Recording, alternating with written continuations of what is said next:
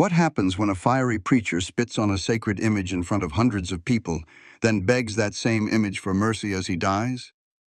This is not fiction. This is the true story of a man who waged war on faith but found salvation in the very thing he rejected. In the heart of South Texas, in a town just outside Corpus Christi, where humble diners rub shoulders with Baptist churches and Catholic missions, two worlds of faith have quietly collided. One rooted in centuries of tradition and the tender image of the Virgin Mary, the other born of revival tents, bold preaching, and a fierce rejection of idols.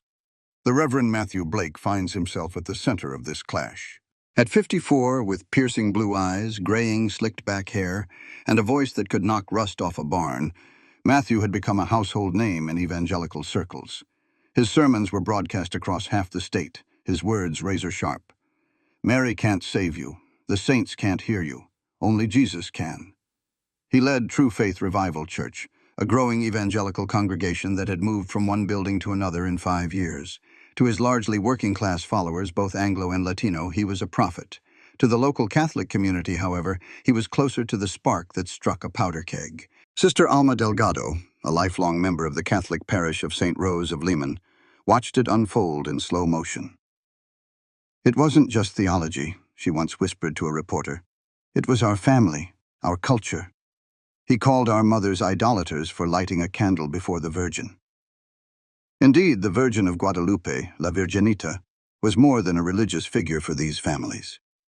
She was a grandmother's whisper before bed, a candle on the dashboard during a storm, the reason some women walked barefoot in December processions through cold streets. And for Matthew Blake, she was a lie, too dangerous to ignore.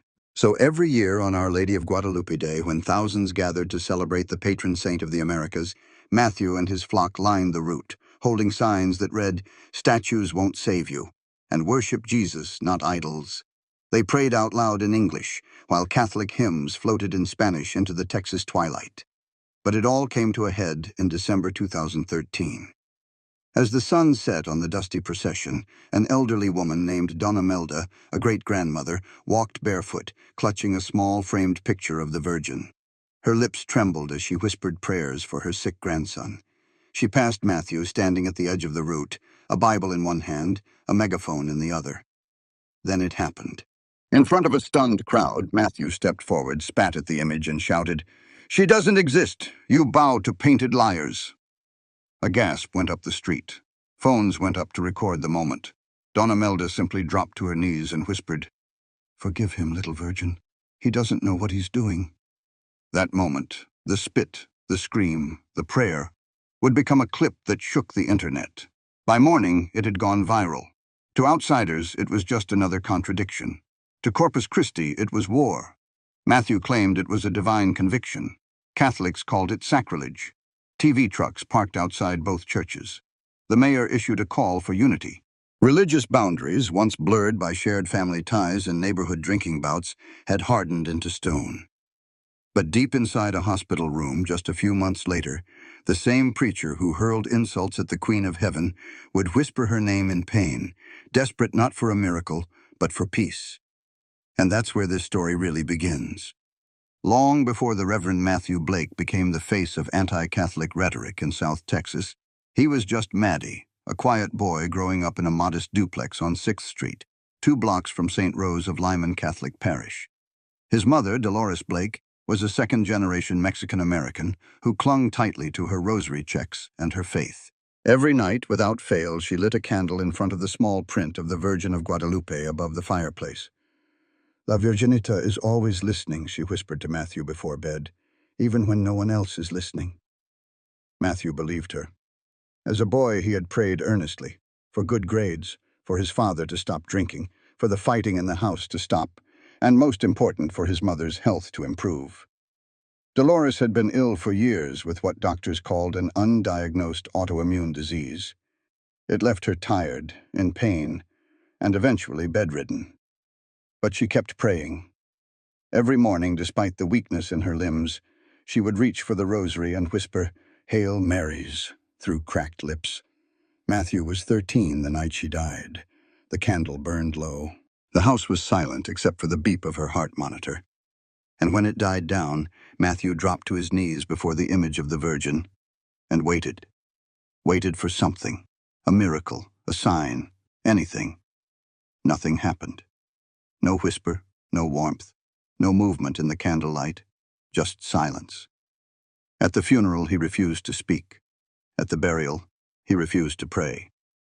Where was she when Mommy needed her? He muttered when no one would listen. Where was God? In the years that followed, something hardened inside him. He still went to Mass out of respect for his grandmother, Abuela, who had taken him in. But his heart was no longer there. He watched with growing resentment as she kissed her Mary locket, whispering prayers into the morning light. He began skipping church, first once a month, then not at all. Then the leaflet came. It had been left stuffed into a door screen one humid day when he was 17. The headline, bold and in scarlet ink, was, "Only Jesus Saves." He tossed it in the trash, then pulled it out. That night, for the first time, he read the Bible without Catholic eyes. He lingered on the words from the Gospel of John.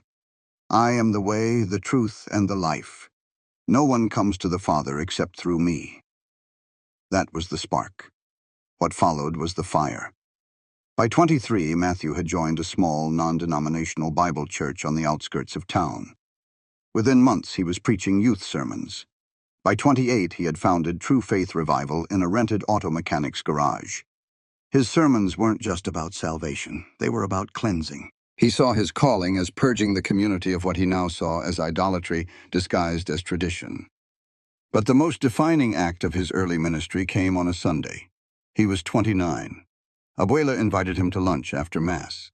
She was frail but cheerful, arranging tortillas and tamales as if it were Christmas. After the meal, she returned to her altar, the same one that had once belonged to Dolores. Matthew stood in the doorway, arms crossed, watching her kneel. Then something snapped. He walked in, grabbed the image of the Virgin, and without a word threw it into the backyard, where it smashed against the fence. His grandmother screamed. "It's just glass and paper," he shouted. "God doesn't live in icons." Celia didn't answer. She simply closed her eyes, whispered a prayer, and never spoke to him again. She died 2 years later. He did not attend the funeral. The years passed. The altar was gone. The Virgin was gone. All that remained was anger, justified, baptized in Scripture, and polished for public display. But those who knew Matthew before the pulpit, especially Sister Alma, who taught him catechism, remembered a boy who once believed in miracles. "He cried during Christmas Mass," she once said. "Something broke inside him when his mother died. And instead of healing, he built a ministry out of the pieces." By 2010, the name Reverend Matthew Blake had become more than just a local preacher. It had become a brand. What began as a group of 12 believers crammed into a cluttered auto repair shop on the south side of Corpus Christi had grown into a full-fledged congregation known as True Faith Revival. It was housed in a converted warehouse with a bright neon sign that read simply, "Jesus saves, Mary doesn't." To its critics, it was an insult. To its followers, the truth, finally spoken out loud. Sundays became events, rows of plastic chairs filled with former Catholics, born-again believers, recovering addicts, single mothers, and runaway teenagers. They had come not just to hear about grace, but to hear a declaration of war on everything that had ever embarrassed or wounded them. Matthew stood on the stage, not behind a pulpit but on a steel platform, his sleeves rolled up and his work boots on. His Bible was tattered, but his voice was sharp. His tone was not gentle. It was tactical. "Statues do not bleed for you. Rosaries do not atone for you. Saints do not hear you. Only Christ, only the cross." And then the fiery sermons began. He began targeting one symbol more than any other, the Virgin of Guadalupe. To Matthew, she was not just a false idol. She was a cultural stronghold, a spiritual virus, as he called her, that had engulfed generations of Latin American families, holding them hostage to superstition. He devoted entire sermon series to dismantling Marian theology. Slides, quotes, historical deconstruction. Every Sunday was another blow to the Queen of Heaven. "Mary is blessed," he once shouted in a sermon that later went viral, "but she is not your mediator, she is not your mother, she is not divine, and she does not listen." The church grew. The message spread. One of his first converts, Carmen Velasquez, recalled the moment she left the Catholic Church. Her husband had been an alcoholic for nearly a decade. She had prayed to the Virgin Mary for years. "Nothing changed," she said during an evening of testimony. "But the moment I gave my life to Christ alone, without statues, without saints, he became clean. It was not Mary, it was Jesus." Stories like Carmen's were fuel for Matthew. They became part of a larger narrative. Mary holds you back. Christ sets you free. But not everyone was converted. In fact, the Catholic community was growing increasingly restless with each passing month. Across town, Father Anthony Delgado of St. Rose of Lima Parish watched with tired eyes. "He's not just attacking doctrine," he once told a diocesan reporter. "He's attacking our families, our traditions, our mothers." The tension, once barely noticeable, began to spill out onto the streets.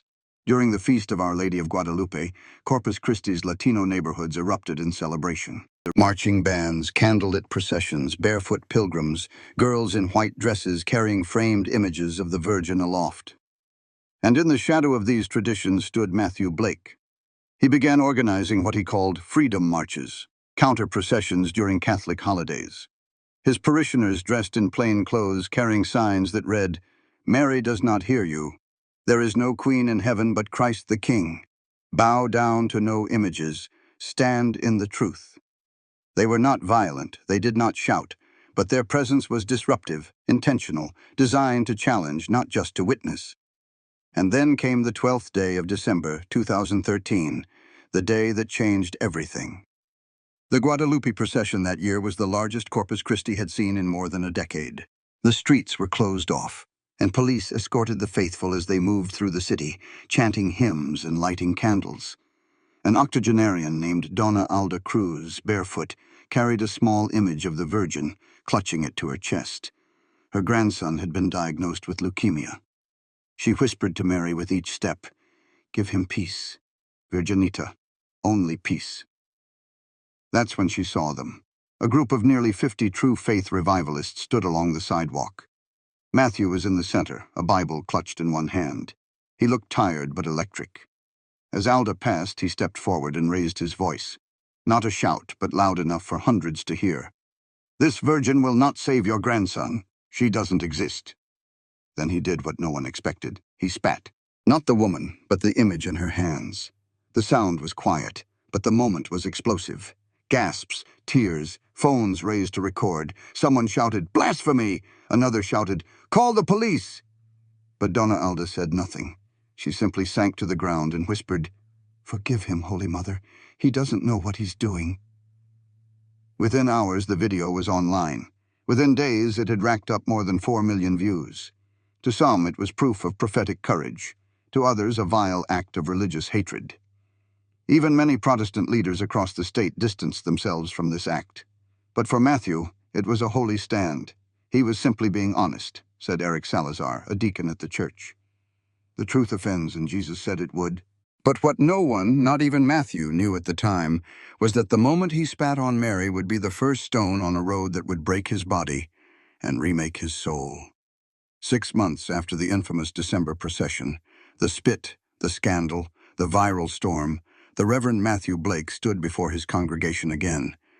But something was wrong. The fire in his voice flickered. He stumbled over a Bible verse he'd quoted hundreds of times. His hand shook as he turned the page. For a moment he seemed lost. Then he blinked, chuckled softly, and continued. Most assumed it was fatigue. After all, the church had doubled in size after the video went viral. New branches were opening all over South Texas. Out-of-state preachers called him the Paul Revere of the modern Reformation. But at home, his wife Patricia saw things others didn't. Headaches, long silences, sudden outbursts of anger over trivial matters. Once he forgot the name of a deacon he'd worked with for more than a decade. Another time she found him standing in the kitchen at 2 a.m., staring at the wall, holding a spoon as if it were a microphone. "I'm just tired," he kept saying. "This is spiritual warfare. Nothing more." But then came the Sunday when his body gave out. He was preaching, striding along the edge of the stage, when he grabbed his head and collapsed in front of 600 people. Gasps swept through the church like a wave. Screams, running feet. Someone called 911. Others knelt in prayer. Patricia rushed to the lectern as her husband lay motionless, his lips twitching, his eyes wide and unfocused. At Corpus Christi Medical Center, X-rays were taken, blood drawn, and 3 days of silence followed. On the fourth day, Dr. Henry Sandoval, a neurologist with 3 decades of experience, walked into the room, holding a clipboard and an expression that already bore bad news. "Mr. Blake," he began carefully, "you have a tumor. It's called glioblastoma multiforme. It's one of the most aggressive forms of brain cancer we know of. It's in the left frontal lobe."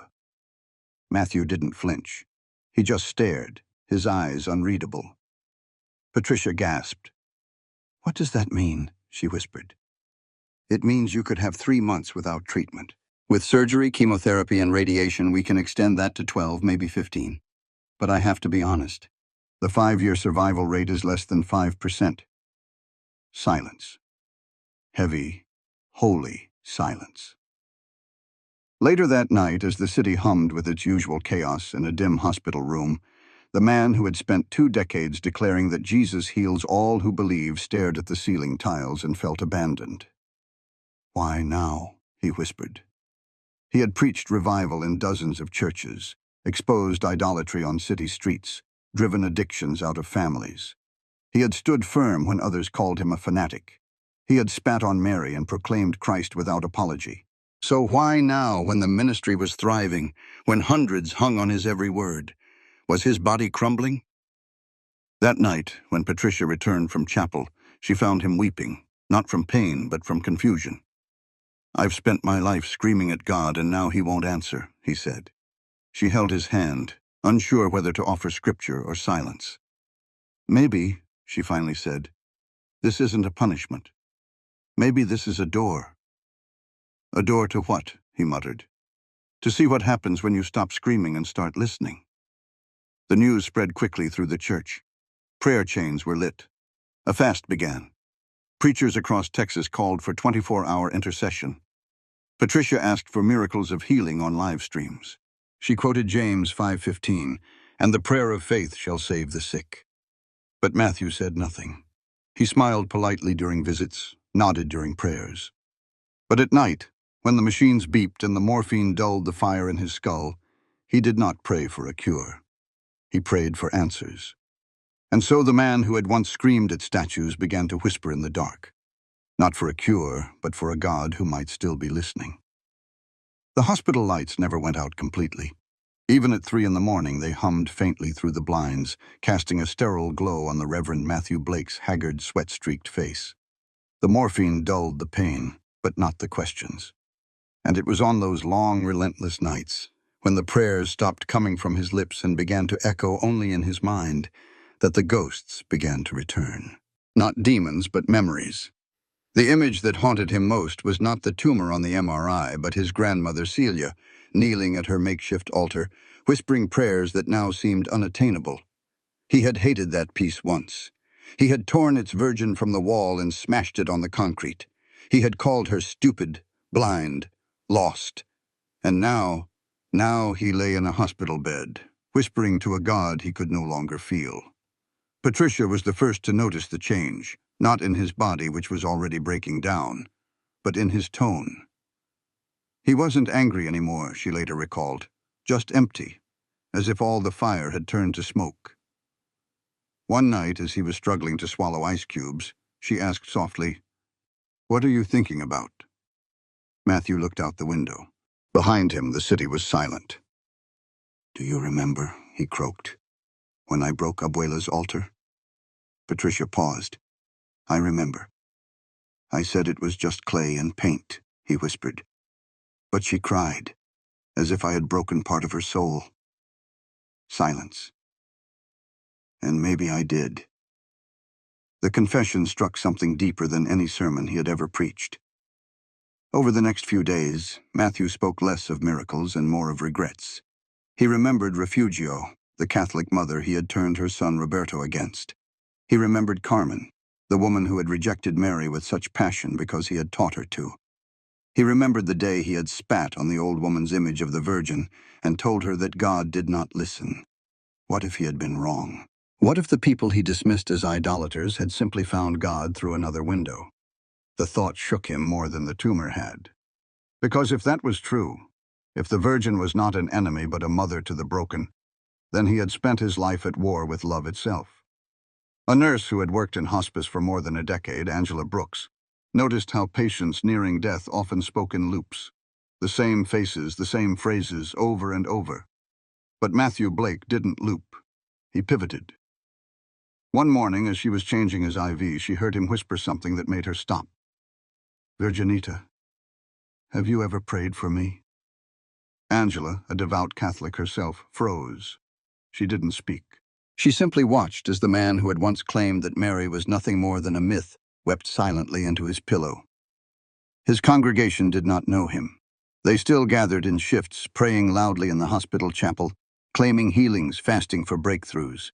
They wanted the Matthew Blake who cast out demons, who stood at the pulpit and pointed fingers, but that man was gone. In his place was a dying preacher, looking at his legacy as if it were a court record. "I taught people to hate," he told Patricia one night, "and I put it into scripture." She did not argue. She did not say he had not done it. She simply held his hand and whispered, "Maybe now you will teach them something different." The tumor was growing. The scans confirmed it. But something else was growing too. The question is not whether God exists, but his voice, and whether it sometimes comes through people we were too proud to listen to. For Matthew Blake, the fiery preacher who once screamed that the Virgin Mary was a lie. The real agony was not the cancer, but the possibility that the woman he hated most had quietly loved him all along. And maybe, just maybe, she still did. It was a Tuesday when Refugio Mendoza knocked on the hospital door. The hallways were quiet, eerily quiet. The nurses moved like ghosts. The machines beeped in a dull rhythm. Outside, the pale Texas sun poured through the tinted glass. Inside, the Reverend Matthew Blake lay buried in white sheets, thinner now, smaller than his reputation. Patricia opened the door. The woman standing there was barely 5 feet tall, her gray hair pulled back into a tight bun, her brown hands clasped around a small plastic rosary. She wore a simple beige headscarf and held a familiar object in the crook of her elbow, a framed image of Our Lady of Guadalupe, slightly faded at the edges. "My name is Refugio," she said softly. "I'd like to see the pastor." Patricia hesitated. She knew who it was. Refugio Mendoza, the woman whose son Roberto had once smashed her nativity scene after joining Matthew's church. The woman who had collapsed from a heart attack the night her family fell apart. The woman whose name had come up more than once in Matthew's dying confessions. Still, Patricia stepped aside. Matthew's eyes fluttered open as Refugio walked in. He blinked twice, his vision blurred by chemotherapy, but he recognized her. It had been years, but he remembered her face. Not from a quiet conversation, but from a single moment across the picket line when her hand had gripped her son's wrist, leading him away from a protest where Matthew had denounced the Virgin Mary. Now she stood at the foot of his bed. "Senora Mendoza," he croaked. She didn't let him finish. "I'm not here to apologize, Pastor," she said softly. "I'm here because I heard you were dying, and I wanted you to know. I was praying for you." The room held its breath. Matthew blinked again. "Why?" he whispered. "After everything, after what I taught your son to do, why would you pray for me?" Refugio came closer and placed the small image on his nightstand. Then she sat up. "Because," she said, "you're still someone's son, someone's husband, and someone who once believed he was doing the right thing. And because I believe in a God who never gives up hope that people will come home." Matthew's lips twitched. He turned away. "I ruined your peace." "No," she said firmly. "You didn't. You tried. But peace rooted in love survives even the loudest hatred." He looked at the image now beside him, her eyes downcast, her hands folded, her cloak of stars.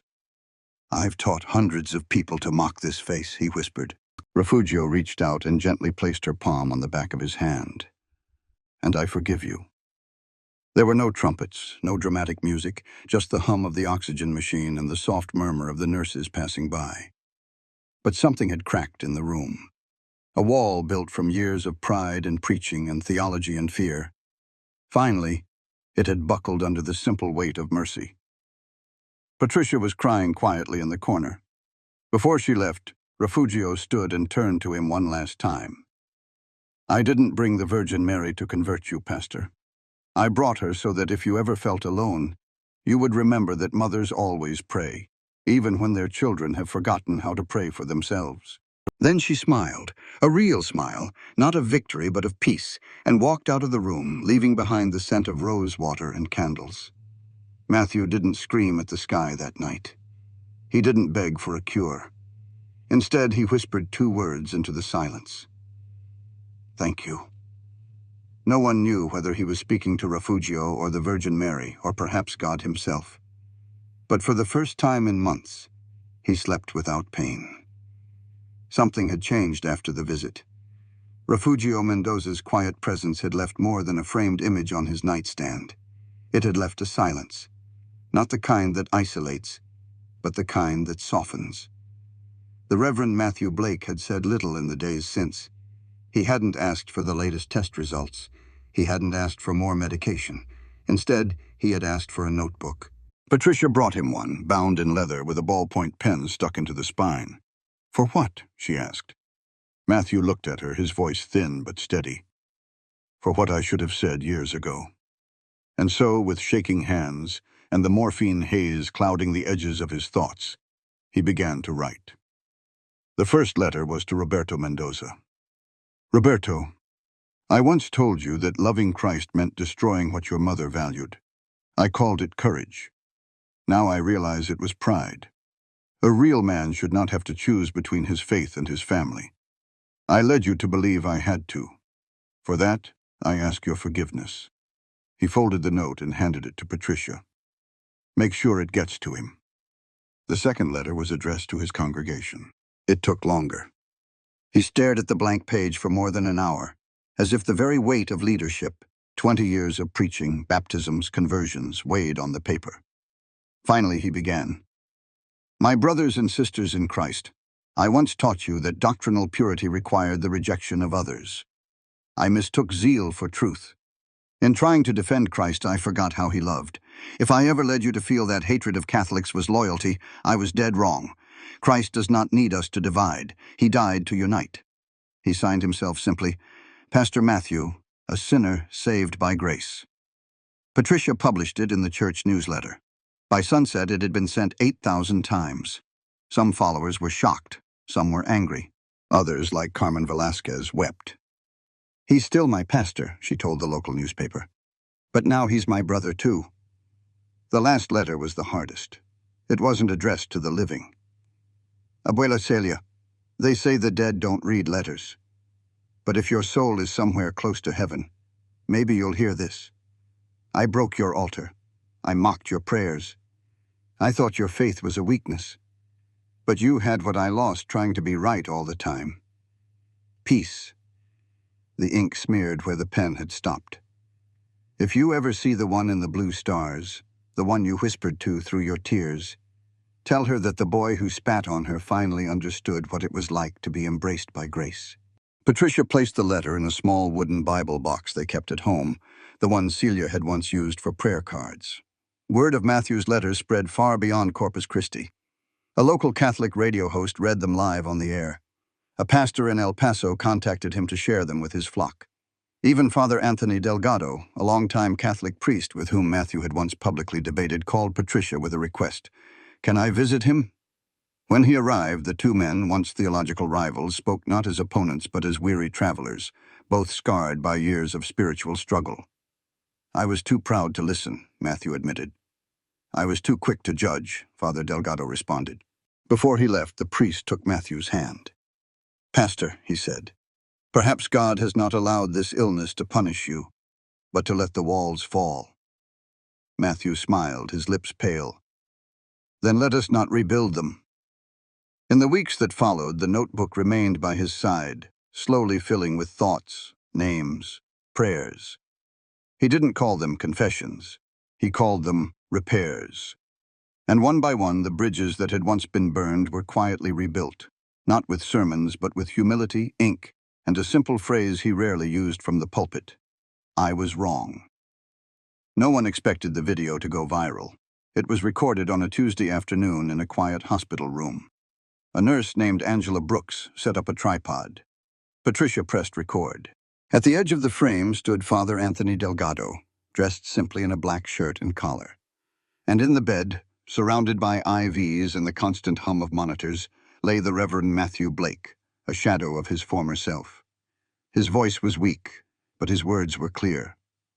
To the members of True Faith Revival and the faithful of Santa Rosa of Lima, for years I have preached division in the name of truth. I see now that I mistook loudness for conviction, and in doing so, I offended good people, people of faith, people who loved God differently than I did. I was wrong. Then Father Delgado stepped forward. As a Catholic priest, I carried grudges too. I allowed anger to cloud compassion. We both believed we were defending God when we were really defending ourselves. The two men looked at each other not with rivalry, but with a quiet acknowledgement of shared wounds. Today, Matthew said, we lay down our swords, not because doctrine is unimportant, but because love is more important. And if Christ prayed that we might be one, who are we to pray for anything less? They ended the message by praying together, not as Protestant and Catholic, but as sons of the same Father. The video was posted on both churches' social media pages that night. By midnight, it had been shared more than 100,000 times. By the end of the week, it had been picked up by national religious media. Pastor's dying wish, unity, read one headline. Two faiths, one forgiveness, read another. But the real transformation didn't happen online. It happened in Corpus Christi. The following Sunday at Santa Rosa de Lima, something unusual happened during 10 o'clock Mass. A group of patrons quietly entered through a side door.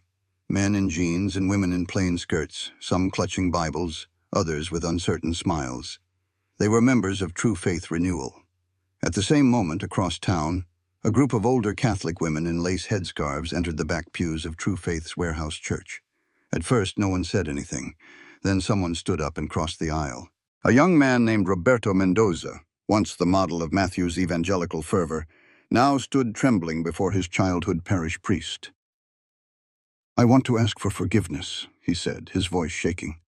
From my mother, from my neighbors, from Maria, whom I judged without knowing her story. From the other side of the room, Doña Refugio stepped forward, her eyes wet with tears. I never stopped praying for you, Miko, she whispered, even when you hated what I loved. They embraced, and in that simple moment the walls came tumbling down. For weeks, both communities continued to cross thresholds they never thought they would cross. Joint food fairs, prayer walks, vigils for the sick. Children from both churches played together in the same dusty parks where their parents had once avoided eye contact. Even the mayor of Corpus Christi issued a statement calling it an unprecedented example of spiritual reconciliation in modern America. What no one could deny was this. It had started with a man who had once spat on a sacred image and ended with him kneeling next to it. At his funeral, held in a high school auditorium, neutral territory, there were no banners, no denominational flags, just a simple wooden cross and a table beneath it.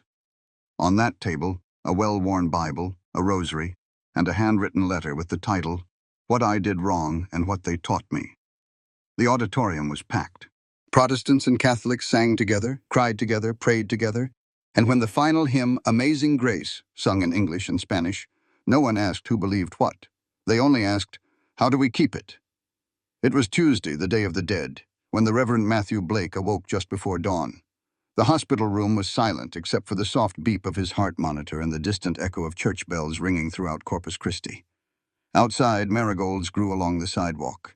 Inside, his breathing was slow, measured, fragile, but his eyes were clear. Patricia sat next to him, dozing in a chair, her Bible open in her lap. When he stirred, she woke instantly. Matt, she whispered, taking his hand. I'm still here, he smiled weakly, but not for long. There was no fear in his voice, no tremors, just peace. For the first time in months, the pain was gone, not because of the morphine, but because something in him had settled. The war he'd waged for decades was over, and this time he'd surrendered. At 6:30 that morning, Father Anthony arrived. He'd come every morning since the reconciliation video, sometimes to sit, sometimes to pray. But this morning felt different. Patricia opened the door and simply nodded.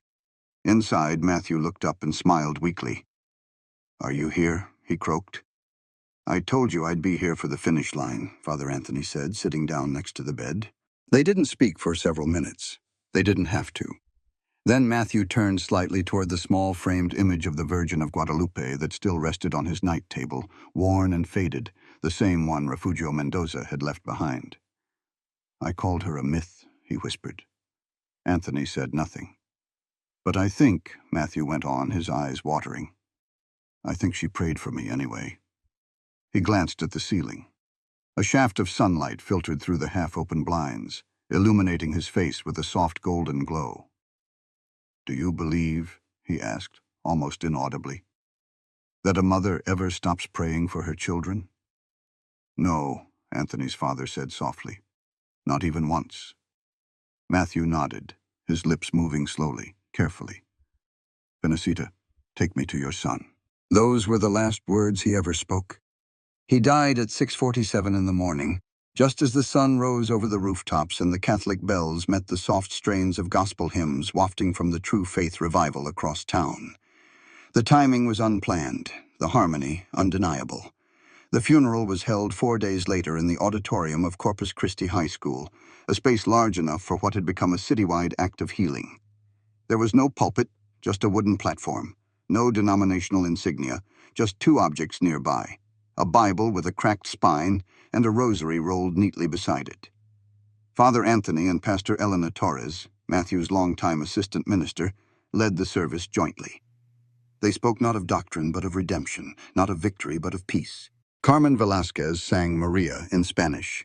Then a young Catholic choir sang Amazing Grace. The audience was filled with both laughter and tears, but the moment no one will forget came right after the final blessing. Roberto Mendoza, standing next to his mother, stepped forward and held up a letter. "This is what Pastor Blake wrote me," he said. "The one where he said, 'Loving Christ never meant hurting the people who love you.'" Then he turned to his mother and whispered, "Gracias por no rendirte. Thank you for not giving up on me." She took his hand, and together they placed the letter under the cross at the front of the stage. Later that evening, as candles were lit on altars and driveways for Day of the Dead, someone placed a single white rose beneath the statue of the Virgin Mary, outside Santa Rosa de Lima. Taped nearby was a scrap of paper from a notebook. On it was written, "I spent years yelling at God through a megaphone, but I finally heard him when I listened through my mother's prayer." Matthew Blake. In life, he was known as the man who spat on the Virgin Mary. In death, he became the man who finally understood her silence. And in that silence, he found peace. Months passed. The hospital bed was gone. The flowers withered. But the story, his story, refused to fade. Something had taken root in Corpus Christi that could not be explained by theology or tradition. Something neither the seminary nor the sanctuary had ever fully achieved. Softening. Two churches once defined by tension now held monthly vigils together. Children who had once been told they were different now prayed hand in hand. The local food bank overflowed weekly with volunteers wearing both crucifixes and Jesus Saves t-shirts. It wasn't perfect. Old wounds take time. But the dividing line had been blurred by something no amount of controversy could erase. Compassion. In the back room of True Faith Revival, between archives of sermons and boxes of outdated flyers, a leather-bound notebook sat on display. The one the Reverend Matthew Blake had filled in his final weeks. Visitors still came to see him. They didn't always cry. Sometimes they smiled, especially at the last page. "If I had to preach one last sermon, it wouldn't be about Mary or theology or how to get the gospel right. It would be about sitting across from someone you once thought was wrong and listening anyway. Because in the end, it wasn't doctrine that saved me. It was charity. No name, just a shaky signature at the bottom." Refugio Mendoza now led a small interfaith prayer circle from her living room every Wednesday. One evening, when asked why she continued to attend, even with the Protestants, she said simply, "Because Matthew taught me something no priest has ever done." "What is it?" the young woman asked. "That sometimes," she smiled, "the greatest act of faith is to forgive someone who thinks you're lost." Father Anthony Delgado continued to serve at Santa Rosa de Lima, but his sermons had changed. Less fire, more grace. He still quoted scripture, but now he paired it with questions like, have you ever listened to someone who thinks differently from you? Without planning your refutation. And at the end of each Mass, just before the final blessing, he would often say, let's not just be right, let's be kind. Even the younger generation sensed it.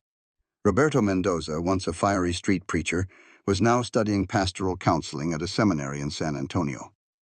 I thought truth was something you shouted, he told his classmates.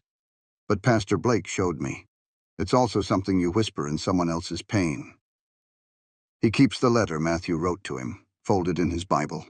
It's yellowed now, but the words have lost none of their power. And somewhere in a quiet cemetery on the outskirts of town, beneath a modest tombstone that reads simply, Matthew Blake, 1960-2014, Grace found me when pride let me go. There's a statue nearby, not of Christ as many might expect, but of Mary. Simple, peaceful, no inscription, just her hands clasped in prayer. And every now and then someone lays a white rose at her feet. No one knows who, but many believe it's someone who once stood on the other side of the faith and finally came around. What Matthew left behind wasn't a church movement or a theological trend. It was something quieter, something more powerful, a truth older than division and bigger than doctrine.